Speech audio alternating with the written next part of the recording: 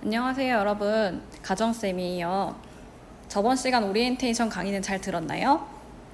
그렇다면 오늘은 가정 수업을 본격적으로 시작해 보도록 하겠습니다. 선생님이 먼저 올려둔 두 가지 영상 잘 봤나요? 영상 제목이 당신에게 집이란 무엇인가? 라는 영상이었어요. 그렇다면 여러분들에게 집이라는 것은 어떤 의미를 가지고 있나요? 영상에서 봤었던 것처럼 집이라는 것은 따뜻한 보금자리를 의미하기도 하고 가족들의 놀이공간이기도 하고 어떤 사람이 얘기했던 것처럼 의식주를 의미하기도 해요. 여러분들도 비슷한 생각을 했겠죠? 이렇게 집이라는 것은 우리에게 중요한 의미를 가져요. 그래서 오늘 배울 내용은 가족의 안전한 생활 문화라는 단원에서 더불어 살아가는 주생활 문화에 대해서 배워보도록 하겠습니다. 교과서는 76페이지예요. 오늘의 배움 목표를 다 같이 한번 살펴봅시다. 첫 번째, 주어의 의미와 주어의 기능에 대해 설명할 수 있다. 두 번째, 다양한 주거 유형에 대해 설명할 수 있다. 그래서 오늘은 주어의 의미와 주어의 기능, 그리고 다양한 주거 유형에 대해서 한번 살펴보도록 할게요. 먼저 주어의 의미를 살펴보겠습니다. 선생님이 만든 PPT에 나와 있는 것처럼 주어는 물리적인 측면, 경험적인 측면, 정서적인 측면 모두를 포함하는 거예요. 그래서 주거라는 것은 물리적인 것을 의미하는 주택과 그 안에서 일어나는 경험적인 측면과 정서적인 측면을 포함하는 개념이에요. 그래서 주거라는 건 단순히 주택, 집만을 의미하는 것이 아니라 그 안에서 우리가 경험하는 것, 그리고 그 안에서 우리가 느끼는 것, 정서적인 측면까지 포함하는 개념이라고 할 수 있겠어요. 그렇다면 주거의 기능은 무엇일까요? 5가지가 있는데 한번 차근차근 살펴보도록 합시다. 먼저 가족의 기본 및 단란한 생활을 위한 장소예요.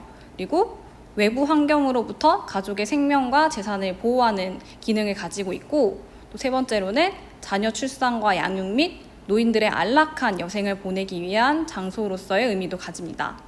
그리고 네 번째는 가족의 식사와 휴식 및 수면 등을 통해 노동력을 재생산할 수 있게 해줘요. 쉽게 말해서 우리가 집에서 편하게 먹고 쉬고 자고 이러면서 에너지를 재충전하니까 우리가 학교에 나오거나 선생님 같은 경우에는 학교에서 일을 할 수 있게 노동력을 재생산해준다라는 의미를 가지고 있는 거죠. 마지막으로 가족 생활과 가족의 건강을 위한 가사 작업의 장소라는 기능을 가지고 있습니다. 이러한 주거의 의미는 시대에 따라 변화하는데 초기의 주거는 비바람과 추위를 피해 생명을 보호하는 피난처의 의미가 컸어요. 하지만 현대의 주거는 복잡한 일상생활에서 벗어나 편안하게 휴식하고자 하는 휴식처의 의미와 가족이 단란하게 생활하며 정서적 안정과 사회적 관계를 형성하는 역할이 더 중요하게 여겨지고 있죠. 또 산업화, 도시화 등 많은 변화를 겪으면서 가족 형태나 관계도 영향을 많이 미쳤어요. 그래서 이러한 변화로 가족과 주거에 대한 가치관이 변화했고 주거 유형 또한 다양해졌습니다. 그럼 다양한 주거 유형에는 어떤 것들이 있는지 한번 살펴보도록 할게요. 교과서는 77페이지입니다. 주거 유형은 크게 복합 기능에 따라, 집합 형태에 따라, 소유 형태에 따라 주거 유형이 나뉘는데 각각 복합 기능에 따라서 두 가지로 나뉘고 집합 형태에 따라서도 크게 두 가지로 나뉘고 소유 형태에 따라서도 크게 두 가지로 나뉘어요. 그래서 우리 각각 어떤 기준을 가지고 어떻게 주거 유형을 나눌 수 있을지 복합 기능에 따라 이 순서대로 먼저 살펴보도록 하겠습니다.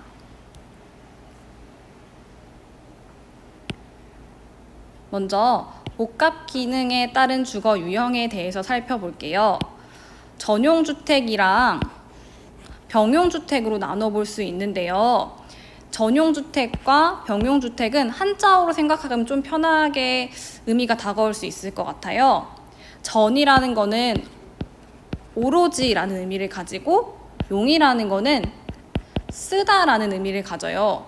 오로지 한 가지의 용도로만 사용을 하는 것 같은데 전용주택이라는 것은 가정생활만을 목적으로 하는 주택을 의미합니다. 결국 주거생활만을 목적으로 하는 주택을 의미하는 거죠. 자, 두 번째, 병용주택이라는 것은 여기에서 병은 나란히 모두라는 뜻을 가지고 용은 똑같이 쓰다라는 의미를 가져요. 그래서 한 건물에 주거 공간과 상가, 작업장 등 다른 활동의 공간이 함께 있는 주택을 의미해요. 그래서 가족의 주거 생활 이외에 부가 활동 공간이 함께 있는 주택을 우리가 병용주택이라고 합니다. 그림으로 한번 살펴볼게요. 자, 어디서 많이 본 그림이기도 하죠. 병용주택은 우리가 크게 업무복합주택과 상업복합주택으로 또 나눠볼 수가 있어요. 업무복합주택은 건물 내에 업무와 가사에 관련된 생활 기반 시설이 함께 있는 주택 형태를 말하고, 상업복합주택은 슈퍼마켓, 세탁소 등 주민 공유 시설이 제공되는 주택으로 주상복합이라고도 얘기를 해요. 그래서 여기 보는 것처럼 이 위에는 우리가 주거 공간으로 활용할 수가 있고, 이 아래층에는 상가나 작업장 등 다른 활동의 공간이 함께 있는 주택, 그래서 이것을 우리가 병용주택이라고 한다고 했어요. 자, 그러면 다음으로 집합 형태에 따른 주거 유형을 한번 살펴보도록 할게요. 집합 형태에 따른 주거 유형은 두 가지로 나뉩니다. 단독주택과 공동주택으로 나뉘어요. 그래서 단독주택이라는 것은 한 가구가 독립하여 살 수 있는 구조의 주택을 의미합니다. 그리고 공동주택은 하나의 건축물 안에서 여러 세대가 생활할 수 있는 구조로 된 주택을 공동주택이라고 얘기를 해요. 다시 단독주택으로 돌아가서 설명을 하자면, 단독주택은 한 가구가 개별적으로 실내 공간과 외부 공간을 사용하며 독립적인 출입구가 있는 주택이에요. 이게 장단점이 있겠죠. 장점이라고 했을 때 거주자의 개성을 발휘해서 주택을 꾸밀 수 있는 거죠. 그 주택을 계획할 수 있고, 그리고 사생활 보호에 유리하다라는 장점을 가지고 있지만, 단점으로는 관리를 직접 해야 한다는 번거로움이 있어요. 그리고 가구별로 대지를 구입해서 주택을 지어야 하기 때문에 비경제적이고, 대지를 이용하는 데 있어서, 땅을 이용하는 데 있어서 공동주택에 비해서는 효율성이 떨어진다라는 단점을 가지고 있습니다. 장단점을 살펴보니까 우리가 공동주택과 단독주택의 장단점이 서로 상반된다는 걸 알 수가 있어요. 단독주택의 장점과 단점을 들으니까 공동주택의 장점과 단점을 추론해 볼 수가 있겠죠. 자, 공동주택의 장점은 가구별로 대지를 구입해서 주택을 짓는 게 아니고 공동으로 짓는 거니까 경제적이라는 장점을 가지고 있고, 대지 이용에 있어서, 땅을 이용하는 데 있어서는 효율적이다라고 할 수가 있겠어요. 그리고 관리를 직접 하지 않고 관리사무소에서 대신 해주기도 하죠. 청소도 마찬가지고. 하지만 단점은 거주자의 개성을 발휘해서 주택을 계획할 수 없다는 것, 그리고 사생활 보호에 유리하지 않다는 것이 단점이라고 할 수가 있겠습니다. 이런 공동주택은 크게 층수나 건물 형태 등에 따라서 유형이 또 다양해요. 그래서 공동주택은 아파트나 다세대 주택, 연립주택으로 다시 나눠볼 수가 있는데요. 이걸 구분하는 기준이 층수랑 연면적이에요. 연면적이라는 것은 건물의 바닥 면적을 다 더한 형태를 의미하고, 이 바닥 면적은 지하나 지상의 바닥 면적 모두 포함한 면적입니다. 일단 아파트는 5층 이상의 건물을 층마다 여러 집으로 구성한 공동주택이고, 다세대 주택은 4층 이하로 연면적이 660제곱미터 이하인 공동주택을 의미해요. 그리고 연립주택은 건축 연면적이 660제곱미터를 초과하는 4층 이하의 공동주택을 의미합니다. 그래서 이거는 참고로 알아두면 되겠어요. 사진을 한번 살펴볼게요. 단독주택이라는 건 방금 여기 나와 있는 것. 그래서 한 가구가 독립하여 살 수 있는 구조의 주택을 의미하고, 공동주택이라는 건 여기 보이는 것처럼 여기가 공동주택이죠. 어디서 많이 본 풍경인 것 같기도 하지만 여기도 얘가 공동주택이라고 할 수 있겠어요. 아파트가 너무 예쁘죠. 공동주택은 하나의 건축물 안에서 여러 세대가 생활할 수 있는 구조로 된 주택이라는 거 알고 넘어가면 되겠습니다. 자, 마지막으로 소유 형태에 따른 주거 유형이 두 가지로 나뉘는데요. 자가주택과 임대주택으로 나뉩니다. 자가주택이라는 건 가족 구성원에게 주택 소유권이 없는, 선생님 잘못 썼네요.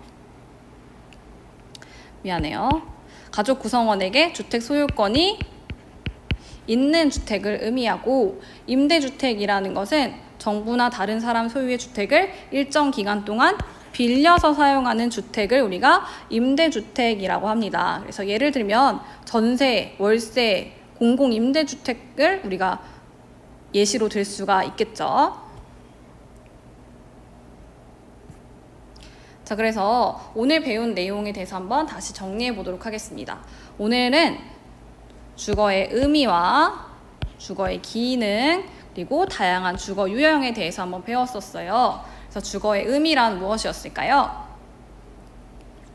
네, 맞아요. 물리적인 것, 그래서 주택, 이것만 포함하는 것이 아니라 물리적인 것, 경험적인 것, 그리고 그 안에서 느끼는 정서적인 것까지 포함한 개념이라고 얘기를 했었습니다. 주거의 기능은 크게 5가지가 있었는데요.